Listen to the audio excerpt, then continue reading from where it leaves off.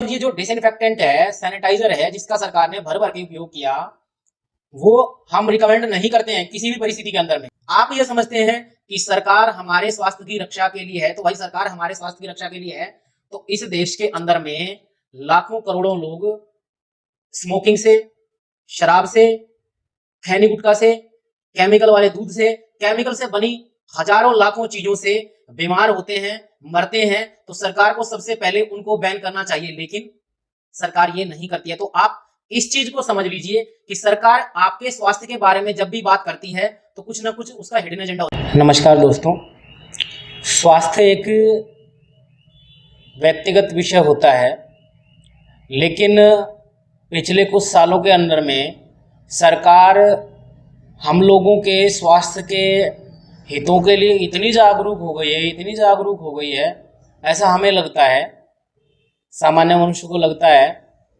कि भाई उसने एक से एक सुविधाएं हमारे लिए उपलब्ध करवा दी हैं। सरकारें स्वास्थ्य के लिए सुविधाएं तो उपलब्ध करवा रही हैं, लेकिन जो चीज़ें स्वास्थ्य के लिए नुकसानदायक है, सरकार उनको बैन नहीं करती है। बड़ी विचित्र बात है, जिससे स्वास्थ्य का नुकसान होता है उन चीज़ों को बैन किए बगैर आप स्वास्थ्य सेवाएं उपलब्ध करवाते रहते हो लोगों को। ये बड़ा ही विचित्र है कि भाई जहर जो बिक रहा है, जहर को बंद नहीं करते हैं, बस जहर से नुकसान जो हो रहे हैं उनको ठीक करने के लिए हम आपके लिए जी जान नौछावर कर देंगे, जबकि बैन करना भी उन्हीं के हाथ में, वो अच्छे से बैन कर सकते हैं इस चीज़ को। अभी पीछे जब कोविड-19 के बारे में बहुत ही तेजी के साथ में पूरे भारत में प्रचार प्रसार किया कि बहुत खतरनाक बीमारी है, खतरनाक बीमारी है, तब एक प्रचार ये भी किया गया था कि भाई आप सैनिटाइजर का यूज कीजिए, घर में हैं अगर साबुन का यूज कीजिए, अगर बाहर कहीं भी जा रहे हैं तो आप सैनिटाइजर का उपयोग कीजिए। अब सैनिटाइजर का उपयोग लोग कैसे भी करने लग गए थे, खाना खा रहे हैं, हाथ धो करके फिर सैनिटाइजर लगा करके खाना खा रहे हैं, मतलब हाथों पर केमिकल डाल करके और लोग भोजन कर लेते थे। और उनके साइकोलॉजी, उनके दिमाग में ये बैठा दी थी साइकोलॉजिकली, प्रचार कर करके कि भाई ये जो सैनिटाइजर है ना, ये बहुत ही लाभकारी है और इसका जरूर उपयोग कीजिए। अब देखते हैं, मैं नोटिफिकेशन यहाँ पर लगा दूंगा, लिंक भी दे दूंगा। Ministry of health and family welfare जो भारत सरकार की है, उसकी तरफ से एक एडवाइजरी जारी हुई, advisory against spraying of disinfectant, मतलब डिसइंफेक्टेंट उसको बोल रहे हैं सैनिटाइजर को, on people for covid management. अब इसमें जब नीचे आते हैं आप, तो नीचे आकर के पढ़ेंगे, स्प्रेइंग ऑफ इंडिविजुअल्स और group is not recommended under any circumstances. मतलब ये जो डिसइंफेक्टेंट है, सैनिटाइजर है, जिसका सरकार ने भर भर के उपयोग किया, वो हम रिकमेंड नहीं करते हैं किसी भी परिस्थिति के अंदर में। उसके बाद क्या लिख रखा है, स्प्रेइंग एन इंडिविजुअल और ग्रुप विद केमिकल डिसइंफेक्टेंट्स। अगर किसी एक व्यक्ति पर या ग्रुप के ऊपर कोई भी केमिकल डिसइंफेक्टेंट डाला जाता है तो फिजिकली और साइकोलॉजिकली हार्मफुल हो सकता है। अब आप सोचिए, पहले इस चीज का प्रचार किया गया पूरे टीवी मीडिया पर, सोशल मीडिया पर भर भर करके ऐड चलाई गई कि भाई आप सैनिटाइजर का उपयोग कीजिए। सोशल मीडिया के द्वारा ऐड चलाई गई, अलग अलग माध्यमों से इस चीज की ऐड चलाई गई, लेकिन जब ये लोगों को बताना था कि ये हार्मफुल हो सकता है आपके लिए फिजिकली और साइकोलॉजिकली, जब एक बस नोटिफिकेशन डाल दी ministry of health and family welfare की वेबसाइट पे, बस खत्म काम।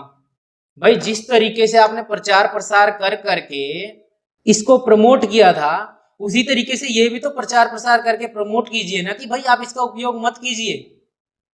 लेकिन नहीं, पूरी एडवाइजरी आप पढ़ लीजिएगा, आपको समझ में आ जाएगी, मैं लिंक नीचे डाल दूंगा। आप ये समझते हैं कि सरकार हमारे स्वास्थ्य की रक्षा के लिए है, तो भाई सरकार हमारे स्वास्थ्य की रक्षा के लिए है, तो इस देश के अंदर में लाखों करोड़ों लोग स्मोकिंग से, शराब से, खैनी गुटखा से, केमिकल वाले दूध से, केमिकल से बनी हजारों लाखों चीजों से बीमार होते हैं, मरते हैं।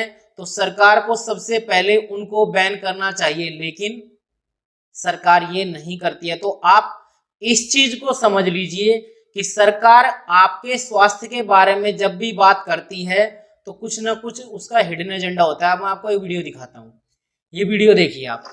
इस वीडियो के अंदर में सरकार ने क्या करा था, लॉकडाउन जब लगा था, लॉकडाउन लगने के बाद में जो मजदूर इधर से उधर माइग्रेंट्स लेबर थे, मजदूर थे जो दूसरे राज्यों में रह रहे थे, वो अपने गांव में जब वापस जा रहे थे, अपने राज्य में वापस जा रहे थे, तो सरकार उनको बैठा बैठा करके और उनके ऊपर ही केमिकल स्प्रे छिड़क रही थी।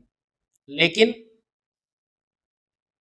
उस समय उन्होंने ये ध्यान नहीं दिया, क्योंकि आगे का सोच के नहीं चलते ना भाई, कीड़े मकोड़े समझे जाते हैं। आप लोग बोलते हैं कि आप लोकतंत्र में रह रहे हैं, प्रजातंत्र में रह रहे हैं, हम कीड़े मकोड़ों की तरह हैं, क्योंकि हमारे साथ में वो सब दुर्व्यवहार होते हैं जो कि नहीं होने चाहिए, जो कि पशुओं के साथ भी नहीं होने चाहिए। वो सब दुर्व्यवहार होते हैं, हम पर सारी चीजें थोपी जाती हैं, तो ये गलत है। आप इन चीजों का विरोध करना सीखिए। आप समझिए कि सरकारों की मंशा कभी भी आपको स्वस्थ रखने की अगर होती तो सबसे पहले इन केमिकल वाली चीजों को बंद करती है।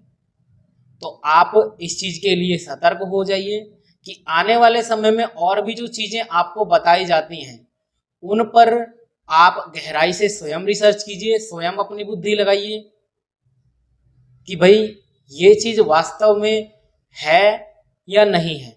सिक्के का एक पहलू की जगह सिक्के का दूसरा पहलू भी, और वैज्ञानिक आधार पर सोचिए, अपनी बुद्धि वैज्ञानिक बनाइए और हर चीज में तर्क वितर्क करना सीखिए। तर्क वितर्क नहीं करेंगे तो इसी प्रकार से आपका शोषण होता रहेगा, इसी प्रकार से आपको नुकसान पहुंचते रहेंगे। तो सैनिटाइजर अब आपको यूज करना है या नहीं यूज करना है, ये आपके ऊपर है।